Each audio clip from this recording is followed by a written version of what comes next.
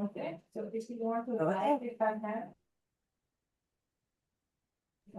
Go ahead, over to you. I welcome everybody, and everybody's been looking forward to tonight because we are going to talk about your aspiration to shift from where you are in whatever stage you are in your teaching career to accreditation, or shall we say, whether you decide to embark on the journey to QTS or QTLS. And there may be words and jargon there that is new to you, so you really want to spend time unpacking that. Many of us come across teaching qualifications in our career. I was one myself who had no idea how I was going to qualify. It was back in the day, 2000s early, and I had only heard of QTS. And to be honest, I had no other option. I had one pathway, and that was the pathway I took. These days, there are lots of ways that you can qualify to teach. We have vocational routes, we have academic routes, and today's message to everybody is to really find a pathway that aligns with your personal circumstances, not just one that someone tells you to do or advises you to do. You've really got to understand the one that's best suited for you and where you want to head in your career. So we will go through some facts.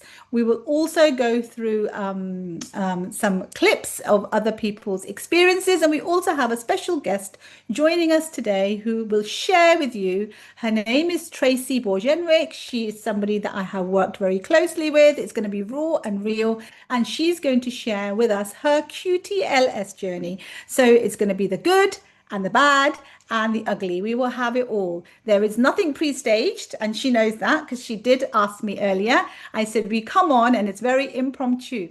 So I'm leading the session today to begin with.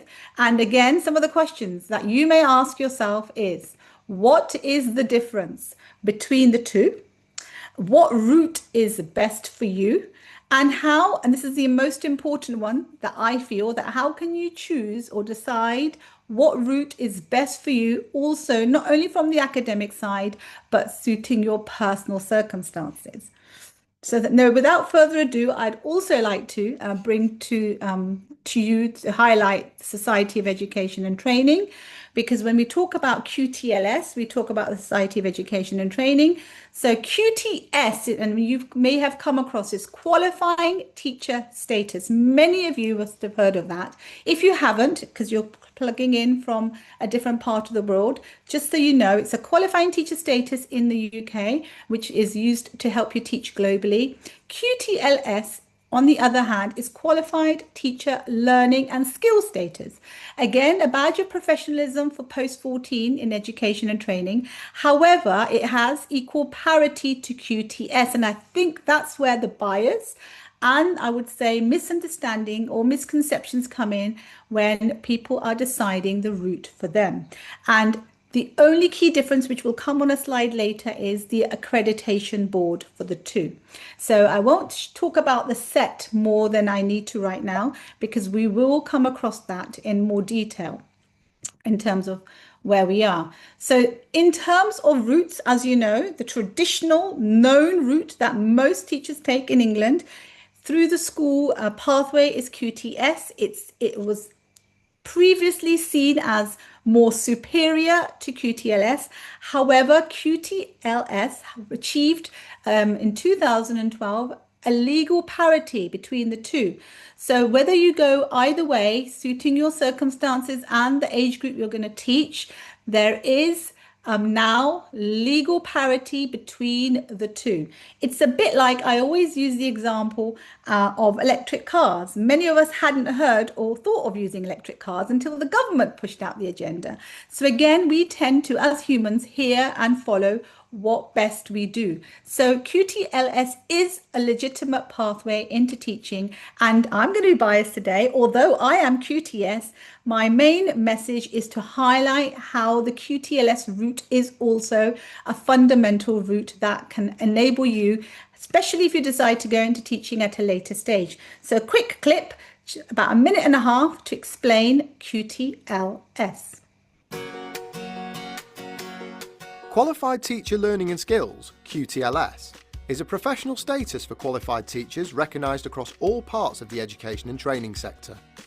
which you can gain by successfully completing professional formation, a process that enables you to demonstrate the effective use of skills and knowledge in your professional practice.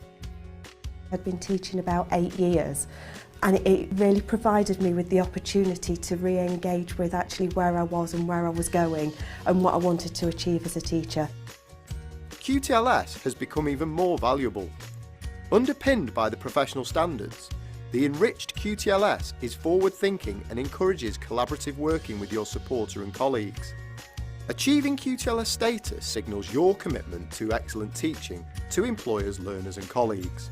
So my motivation for gaining QTLS was the professional standards. I wanted to see if I was following them in my current teaching practices. My main motivation for gaining QTLS is to show some commitment to my employer, but also just to get the professional standards.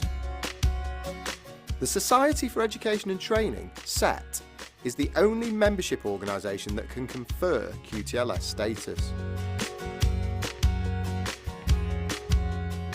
It's definitely built me up as a teacher to put me in good stead to be a line manager. QTLS status for me in particular, it's allowed me to progress into various different fields, both in terms of teaching and in terms of research, and I feel that's the main reason why I took on QTLS, and I think other people would benefit it based on what their career goals are.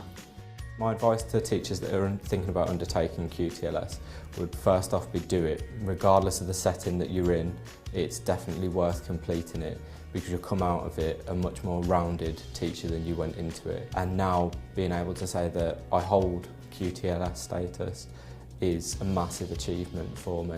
It is worthwhile.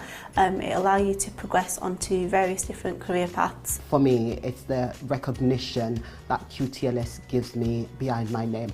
I found the whole process massively rewarding. To get started with your QTLS application, visit our website.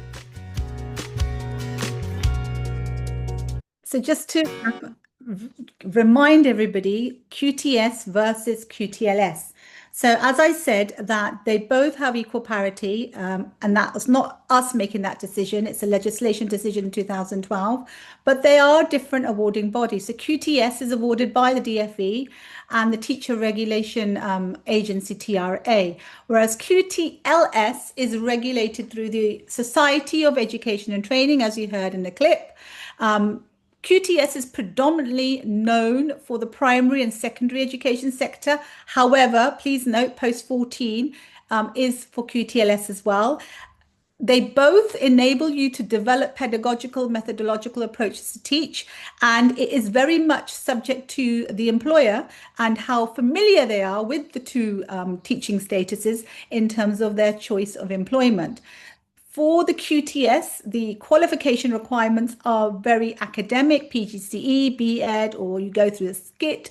There is a requirement to be a graduate in your area of specialism, whereas the QTLS being a vocational route, there are the qualification, which is a level 5, previously known as the DET, previously known as a DETLS, and currently now known as a DIT, Diploma in Teaching. So it's been upgraded to make sure that everybody is equipped to teach.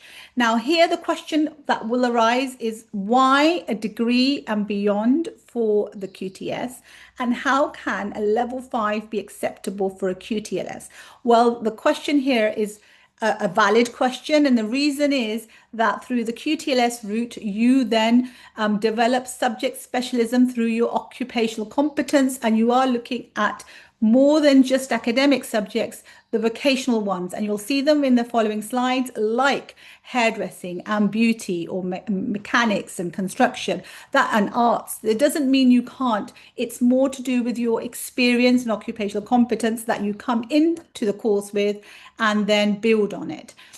Both have the legal professional status, and not only now, but as before, QTS would give you a teacher reference number and QTLS never used to.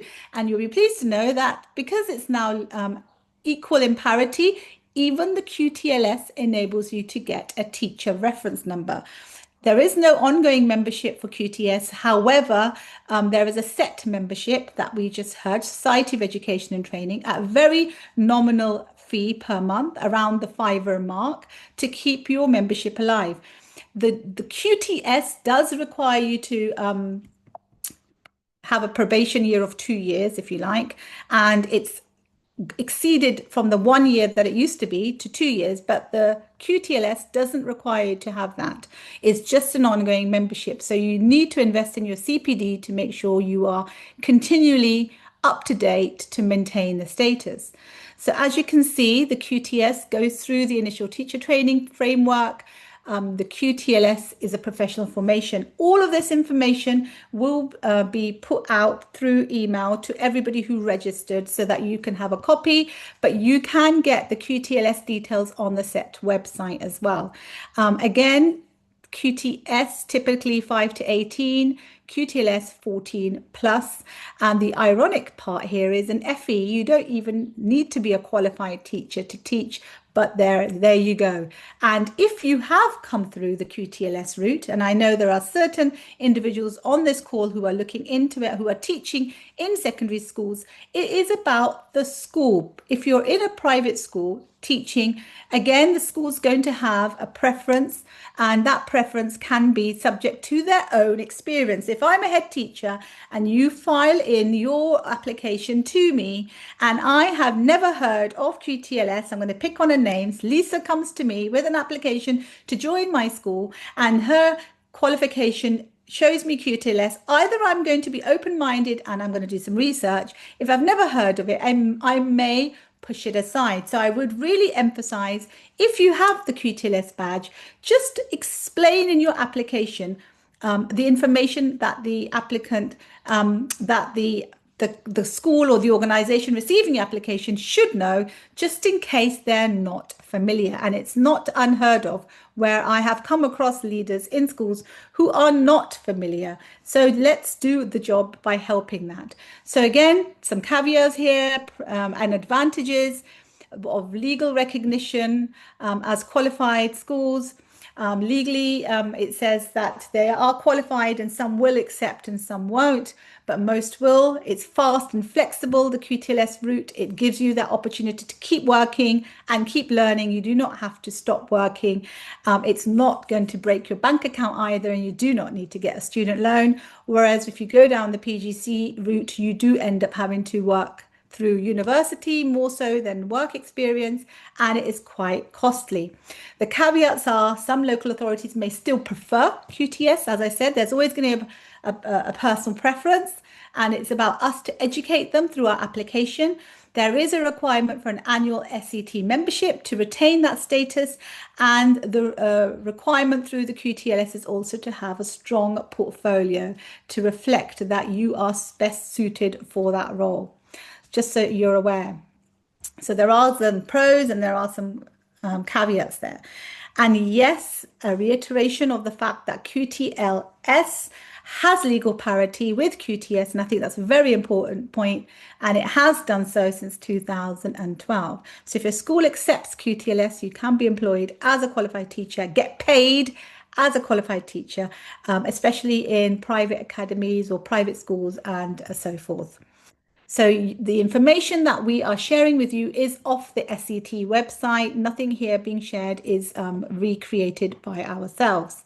So again, you've got to decide what route is best for you. What qualifications do you already hold? Do you have a degree?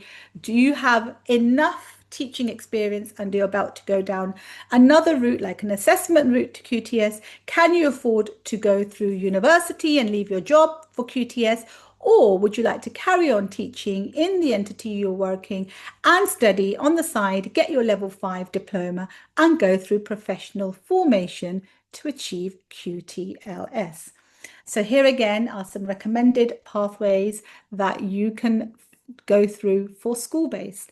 So if you've got a level 5 diploma, whether it's the DET previous or the current DIT, you will then need to complete a significant period of teaching experience, join the SET, complete a professional formation portfolio, and therefore you will be assessed on what you produce. And yes, there is a criteria that you would need to achieve to get the QTLS and the DFE appear on the database with your TRN, which is your teacher reference number that you will always need when you apply for a job.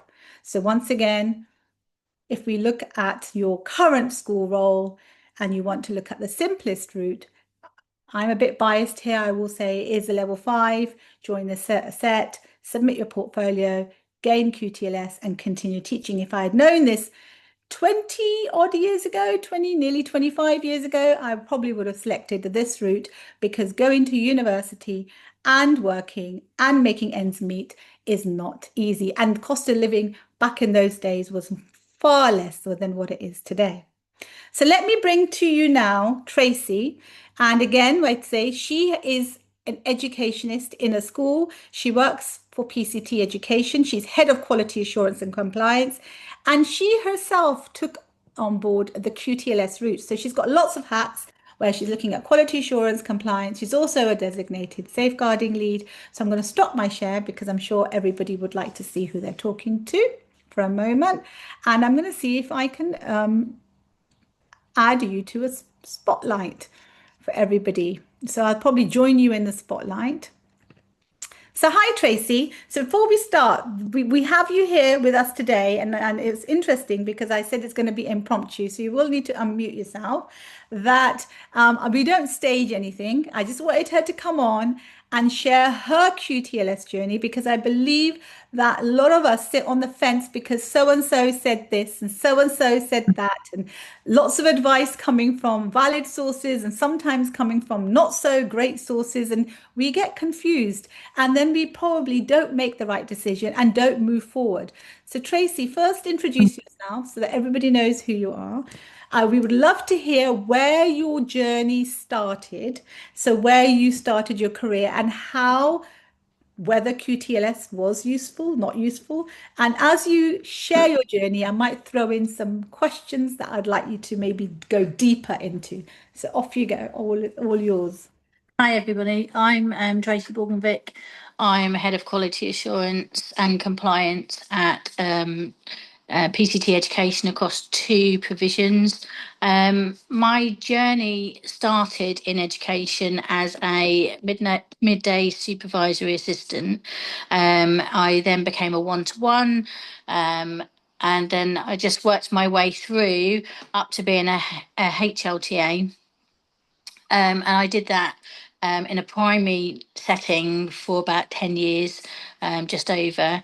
And then I then moved on to PCT Education as a HLTA.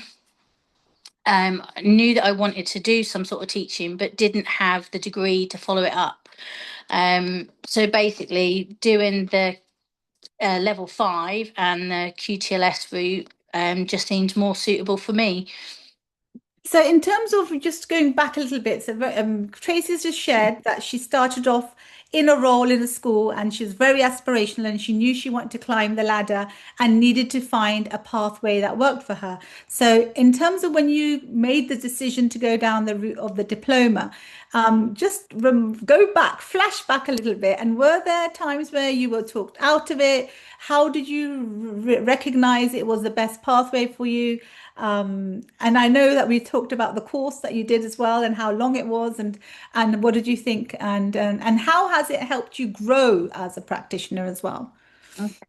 So I'd never heard of the level 5 and the QTLS before I started at PCT, and that was something that sort of piqued my interest, and it was offered to me, and I thought that was a good route to take to get a teacher qualification under my belt and progress. I was at the time when I was first at PCT Education, I was teaching RE and maths. I could have gone down the RE route and become a qualified RE teacher, but I just chose to do the maths route.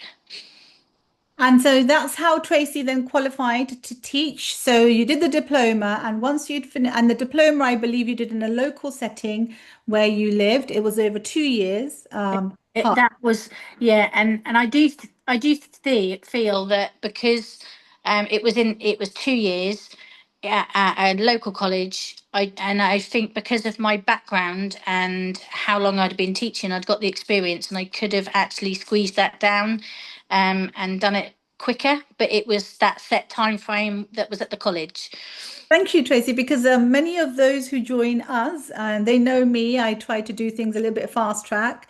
But at the same time, everybody's different. So everybody comes with different experiences in the classroom. Some can work faster and than others. But you're right. If you've got the classroom experience, you don't need to spend the whole 2 years. Now, the new DIT is slightly different. So let's see, we're piloting it, how that will unfold. So once you've got the diploma, what happened next? How did you know now that you've got the diploma, and what was your journey from getting the diploma to the formation to achieve the QTLS badge? So from qualifying in the, I think the last submissions of assignments were in the June of 2022, and they all get looked at and it all gets submitted. And I did try and chase quicker my certificate from the college. I picked that up in August so that I could then qualify and register for the QTLS. I did forward think a little bit the previous year during my first year. Once I'd completed my first year, within the second year, I decided to do a level 3 in maths because that was the requirements of doing maths QTLS, so that I could qualify as a maths teacher. But then I did have a little stumbling block where my English certificate, which was an adult literacy, was then no longer accepted. And then I had like 30 days from the beginning of September to the end of September to actually get the level 2 in functional skills English, so I could still qualify by the end of September. So that was a little bit of a challenge too. And in terms of the formation, can you share with our audience? I have asked them to pose any questions into the chat, but what was the process? I think everybody would like to understand what the QTLS formation process is like. I know it's changing, and it has changed from 2 entry points in a year to 1 now. So that's the significant change. But in general, if you're working in an entity already, what do our audience need to know? What do they have to put together? I think sometimes people think it's quite challenging. I know you're very organized. So it's just what would you share? And I've got here, hi Tracy, please share the formation and process of portfolio. Similar question. So I've actually got on my screen in front of me on my computer. So it was done in different phases. So phase 1 was the registration. You had up to the 30th of September to register. Then in October, they issued your portfolio. Within that, you wrote about yourself, about your qualifications, your roles and responsibilities. There was a self-assessment that I had to do and a professional development plan. And you look at like CPD activities. Then during December, January, February and March was phase 2 and 3, where we had to continue with our CPD. We had to make sure that the records were up to date. We had to do a critical reflection. During this time, we also had to look at producing a teaching timetable, teaching hours of like a bank of teaching hours that we did, self-assessments, lesson plans that we had to produce. We had professional discussions with a mentor, and then they did an observation. So and you submit all of this. There's like a tick box at the side of the portfolio, and each time that you submit, it ticks up, and it then comes across so that you can see your progression.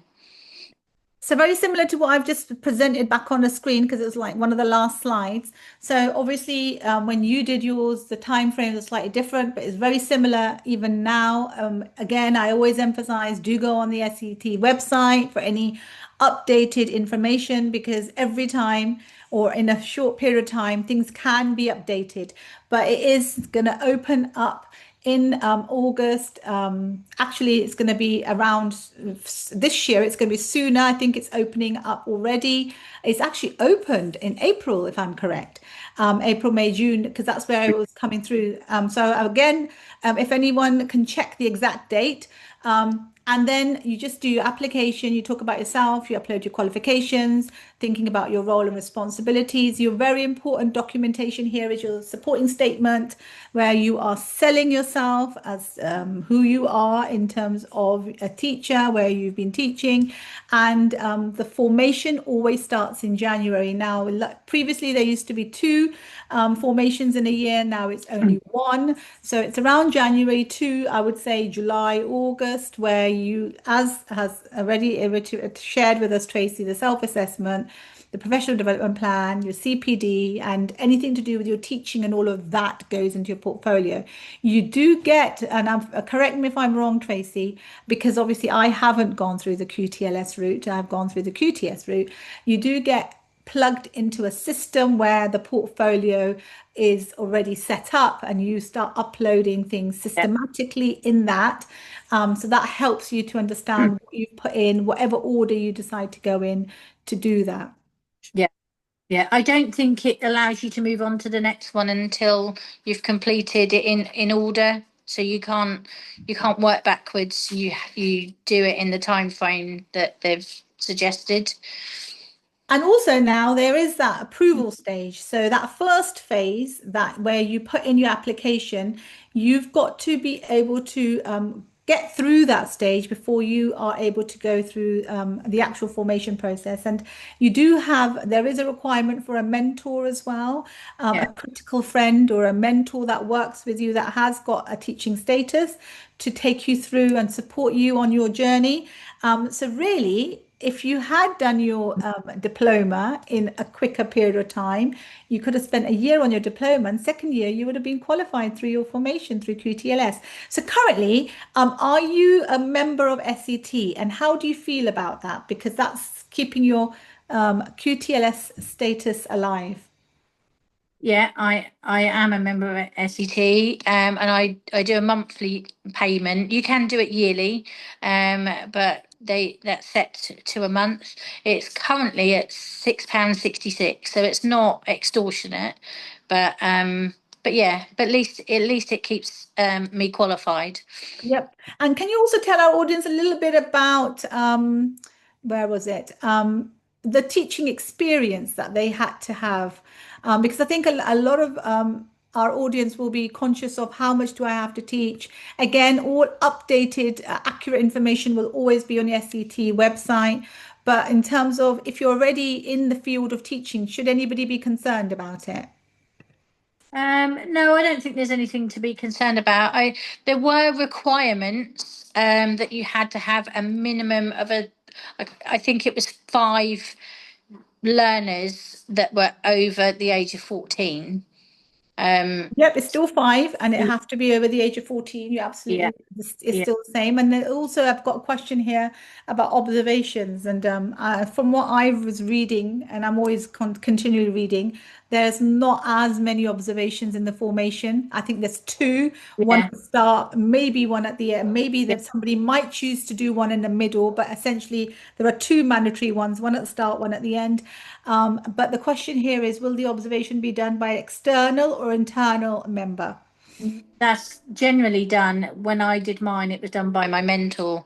Yeah, and it is that Samira, it's a question from yourself, and it is that mentor that you have to sign up at the beginning. They have to agree to support you on your journey. And it is a commitment because, you know, if someone's going through a portfolio, a formation stage from January to August, you don't want a mentor who's going to, you know, not be there to support you. And by March, say, I've got too much going on. So you've got to choose someone carefully.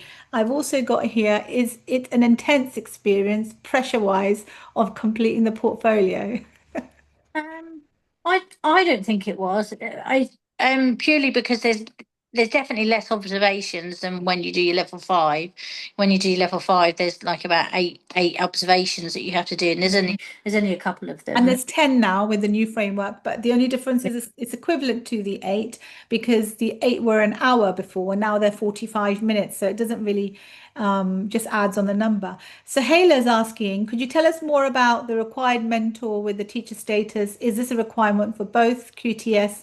I'll help answer this one, and QTLS, and how does this work for people outside? So let me just quickly, Sahela, remind you that whether you do QTS or QTLS, you're always going to have a mentor of some sort. There's always going to be somebody coming in and having a conversation about your teaching journey. There's always going to be an observation. There's always going to be feedback. It's a requirement in both. The only difference is like I shared, the accrediting board or the body is the DFE and the Teacher Regulation Agency for QTS, and it's the SET for QTLS. They're both rigorous. It is about how you have your mindset when you go in. And in terms of those that work outside of the UK, the QTLS is suitable for those outside the UK, but both of them are UK teaching licenses. So it's those sort of things that you have to be mindful of because different countries have different requirements. And if you're working in an American school, you've got to check with your school what their requirements are. And if you're working in a British school, then they're most likely to be familiar with that. So that's what we have at the moment. So Tracy's going to be with us, continue on the call, and I will probably ask her to again plug in a while, because like I put over here, this is when I was putting the slides together with Noor. Is there a bias? Do you think, Tracy, there's a bias between the two? Have you heard any sort of preferences out there from colleagues or from known teachers through your network? No, I don't think so. I mean, where the setting that I work at, we do have teachers that are QTS and some that are QTLS, but they at our setting they're definitely treated no different. All I'm going to add to Tracy is that it has equal parity. It does very much depend on the setting, but there will be some individuals that you will come across, and that's part of every workplace you work in, where there will be a special preference of one, maybe because Tracy's done QTLS, she may prefer that. I've done QTS, and you can quite rightly see I don't prefer that, but I may say, so that's something that will always be prevalent no matter what qualification anyone takes on board, but it's entirely this route that suits you. For example, I can see I can see Mary on the call, and I know Mary works in a care home. So if somebody who's working in a care home who has the qualifications of the care home setting and the occupational competence, the best route for her would be QTLS. However, with that, she could then go into FE and teach the curriculum for health and social care, which is more educational based as opposed to vocational. It's really about you going out there and understanding the difference between educational qualifications and educational teaching, as well as understanding what are the requirements of vocational. I traditionally came from a school setting. I trained as a primary specialist. I have been in secondary as well, as Tracy can vouch for that. And now I'm in higher education as well. So it is about what suits you where and when. And if I reflect back, and I'm going to give a very primary example of a primary setting. If I am teaching phonics or I'm an English specialist, because that's what I trained, let's suppose I did that in my degree, or through my work experience, because I went through a lot of synthetic phonics trainings, for example, what that would give me is my subject specialism. I'm already an expert in my area of teaching. What the diploma gave anybody who went through it is the pedagogical and the methodological approaches to teach. So you're already teaching, you're coming in with that experience, and you're reverse engineering to identify, well, actually, when I am planning previously, I never really thought about curriculum design from a theoretical point of view, and am I following Bruner's model of the spiral curriculum, or am I following the mastery curriculum? So what you're actually doing is unpicking your own teaching and pegging it to research that then you produce as an assignment that's quite critical and reflective to get that qualification. And that is probably the simplest way I can explain it. If Tracy, if you can explain it even simpler than that, then please do add to that. I think that was explained quite well. And so, like Tracy came in, she was in the school already teaching RE and maths. She already had the exposure, she already had the experience, and she just needed to validate herself. So, what did that do to your pay scale? I think a lot of people would really like to know that as well. That once you qualified, did it make a difference to what you earned? Yeah, it did. Yeah, it did make a difference. Yeah, I did move up the pay scale to become qualified teacher, but it also supported within my deputy position because I needed to become a qualified teacher to become a deputy. And now you're head of quality assurance. So in what period of time, if we were to share with everybody from your starting of your journey to where you are now, and that is significant because you've started out as a midday supervisor to a HLTA, to a teacher, to a senior leader, to a deputy, to now head of quality assurance. So how many years has that taken you? So I started I think it was 2007 within a school as an MSA, and then my HLTA role I started 6 years ago. Well, I started that previous to that within my previous setting, but at PCT I started that 6 years ago as a HLTA, and since then I've qualified as a teacher. Taught maths at the school, become a deputy, and then become as the role that I am now. So that's not, I mean, if you think about it, from your qualified period to where you are now, it's 6 years, and that's significant pay scale progress and professional progress. So thank you for sharing that. And just so that everybody knows, midday supervisor, MDS, and HLTA is higher level teaching assistant. So just to share with those of you who perhaps are not familiar with those terms. So a HLTA in England is a higher level teaching assistant. That means you're a level above a general teaching assistant, and you get paid a little bit more because you have more responsibility, where you are teaching classes, because if somebody is absent in the school, it's far more convenient to have an internal HLTA because they know the students, and they don't have to manage with as much behavioral issues or challenges. It costs the school less money, and it makes sure that you're not just bringing in a supply member. So I'm not sure I'm saying I agree with it, because I still sometimes think that a specialist teacher should come in. But sometimes when they do come in, there's more behavioral challenges rather than working with them.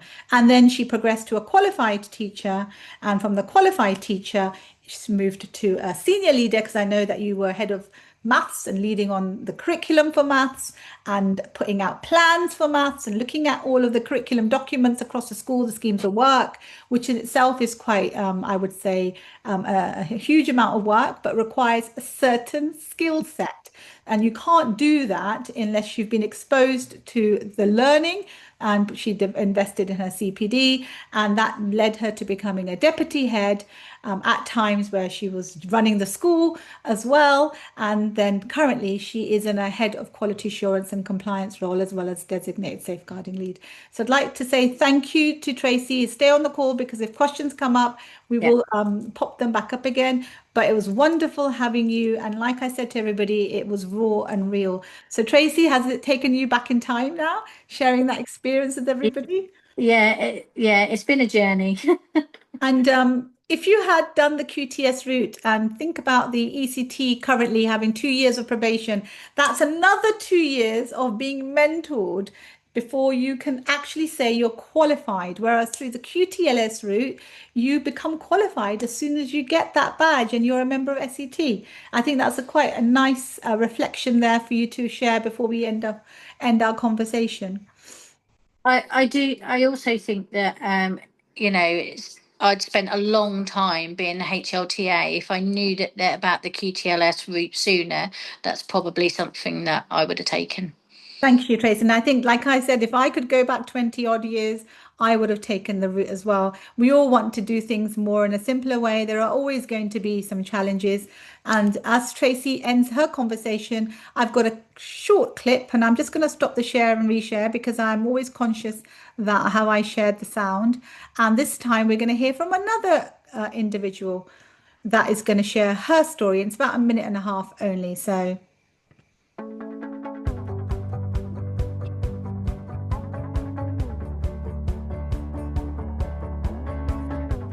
Where I work, we're a really, really small team, and I'm probably one of the most experienced people in the team. So there aren't the people to learn from within. I've been teaching about 10 years probably before I did the QTLS, and it re-energised me a little bit. What I learned most is how memory works and overlearning works and how you can improve retention of information. And it changed the way that I write my scheme of work and I do my planning. So I don't teach anymore in modules. I do lots of repetition, lots of self-testing, lots of reflection, and hopefully that will come out in the exam results. One of the areas that I looked at was using more multisensory resources, and I would say at the beginning, look, I'm trying this, is it working, what do you think, give me some feedback. I also did some work around social media, English teachers from across all sectors sharing resources, and that's been really positive as a way of looking outwards and gathering best practice. To go outside and also to get some affirmation back, yeah, wow, I didn't know you could do it that way. It was really, really valuable. My confidence did grow, and I do think that it's made me better at what I do. When I was awarded with the QTLS, your feathers plump up a little bit, so it's quite nice. Yeah, it was quite nice. So I was really pleased with myself for having actually gone through it all and achieved it.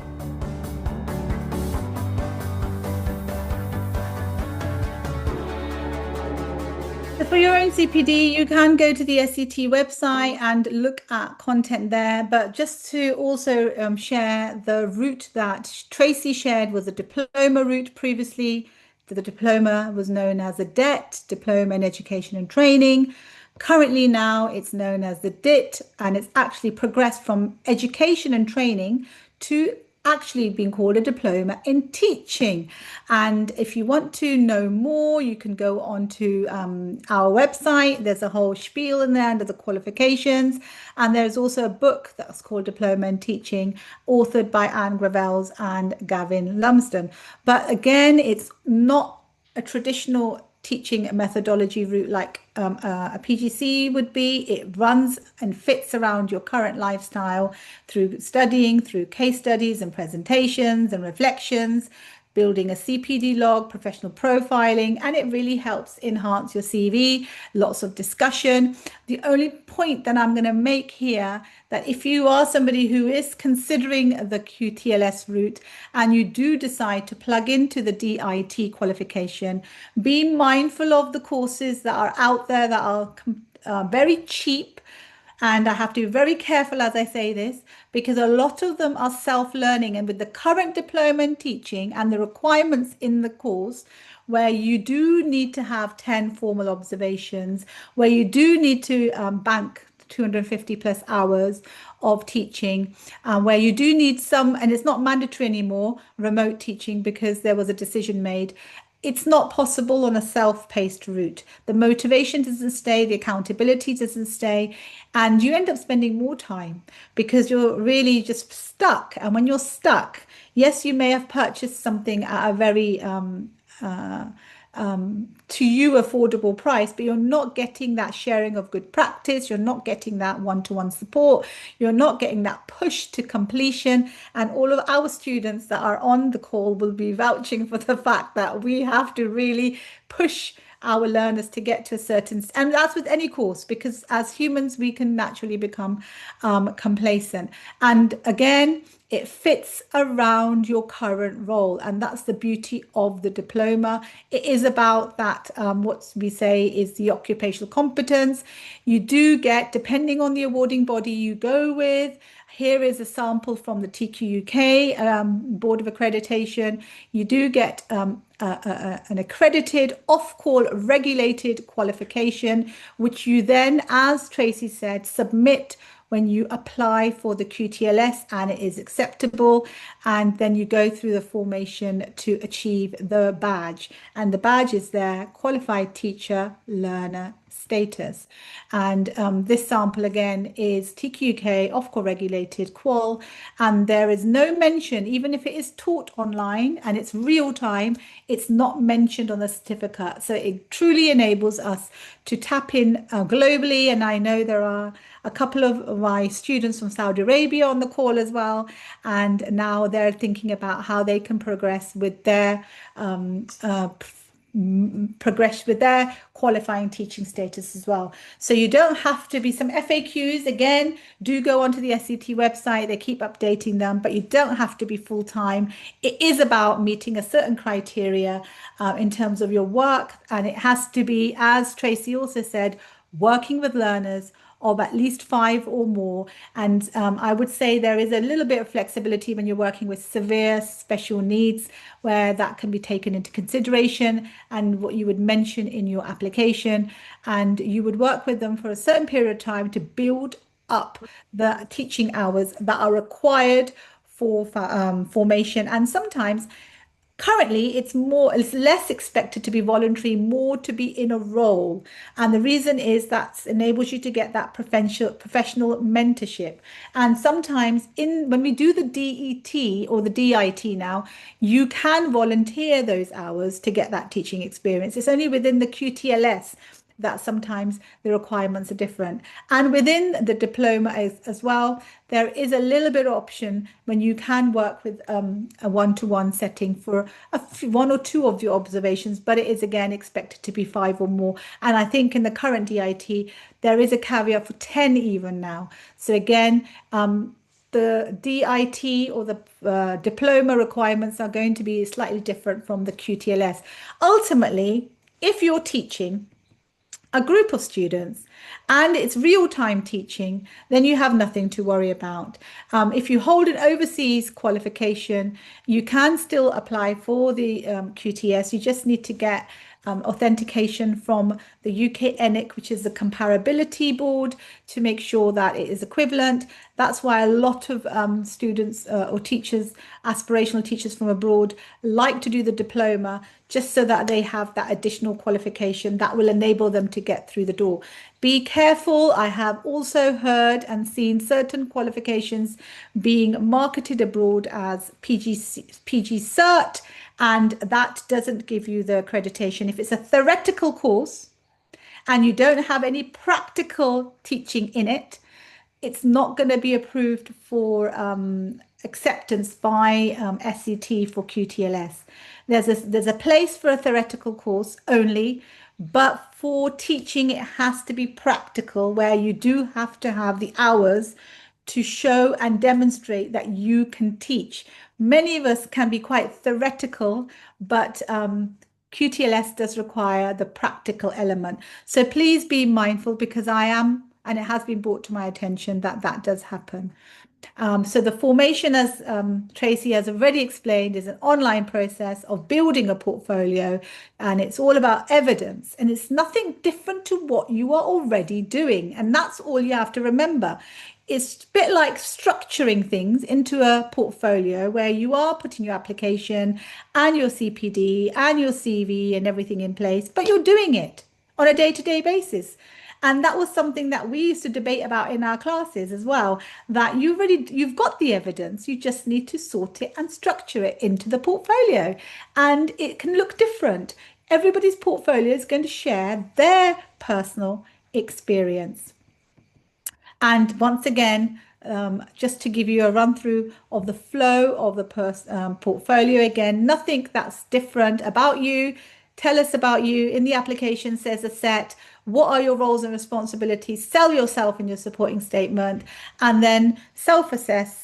PDP is your personal professional development plan. Where do you want to go? Where are you now? Bit like a business plan, but for yourself as a person in your field of education. Your CPD record, what are you doing to make sure that you're up to date in your subject? That could be from watching a video to attending seminars to joining webinars. This is a CPD in itself that you have joined here today, and that's why we've said you would get a certificate. Being able to critically reflect on your impact. An action plan at the end, as we always look at what went well and how could it be further improved, and then your final supporting statement. And all of these steps are supported by your mentor that takes you through that one assigned person at the beginning. And again, thank you to two testimonials here that came through, and I can see one, it's right in front of me, Mary, and I'm reading your testimonial there. So you can say, actually, that is real or not. And then we have Manpreet, and we have lots more as well. And for more information, you have an email address if you'd like to find out more. And now I'm going to hand back to Noor. Are you going to come live, or is it going to be, we're going to close now? Because I know everybody would want to know that we are 4 minutes to go, but if you've got any questions, I can see I'm more than happy to put them out to Tracy and we go through. So I can see email addresses coming through. Noor has put her email out, noor@oxfordiancollege.com, just so that everybody emails so that they can get their certification. Please, can you share your email? Yep. Any questions though? Any burning questions from today's session? Because it's very impromptu, but we really want to keep it raw and real, and we want to know from yourselves. Is there anything that we have not covered? Any burning question before we close? I know that there might be some questions, Noor, on social media. If there are, just share them into the group as well. Other than that, if you want to unmute yourselves, ask a question, feel free to do that too. Noor has said, please share your emails for your CPD. So please email Noor at Oxfordian College. Noor is Noor at oxfordiancollege.com. We also shared the previous email, hello@oxfordiancollege.com, so that you can all get your CPD certificates. All good, seems to be no questions. So we're on time. And I would like to say thank you to everybody who joined. I hope it was useful. I got a question. Will you have to provide any certificates just upon signing up, or do you have until 12 months? No, when you join, you do, for example, the QTLS now requirement is that you do need to have your level 2s, and you have to have all your certificates up front before you can sign up. They will not let you do it later. And the key change for the DIT as well is that previously you could start doing the diploma, and when you get to the QTLS stage, if you needed to do your functional skills for English and maths, which is your GCSE equivalents, you could do them later. But and now it's changed, they've upped the game. You cannot enroll on the diploma or register until you have those level 2 functional skills. So it is about having all those certifications up front, Samira, if that answers your question, and then you apply. And there's plenty of time. Just get it done. You've just got to decide. It's one decision. I always say decide and do, and then we're done. So I think I'm going to close the call now to say thank you very much, everybody. Once again, it was thank you, Tracy, for joining. Anything you'd like to say before you go, Tracy, to everybody? Final comment? I do think it's worth pursuing. It's definitely worth pursuing the QTLS route. So once again, thank you to Tracy from PCT and for everybody joining us. And again, next time, another topic. And look who's just joined when we're about to close. I will not mention the name, but thank you, everybody.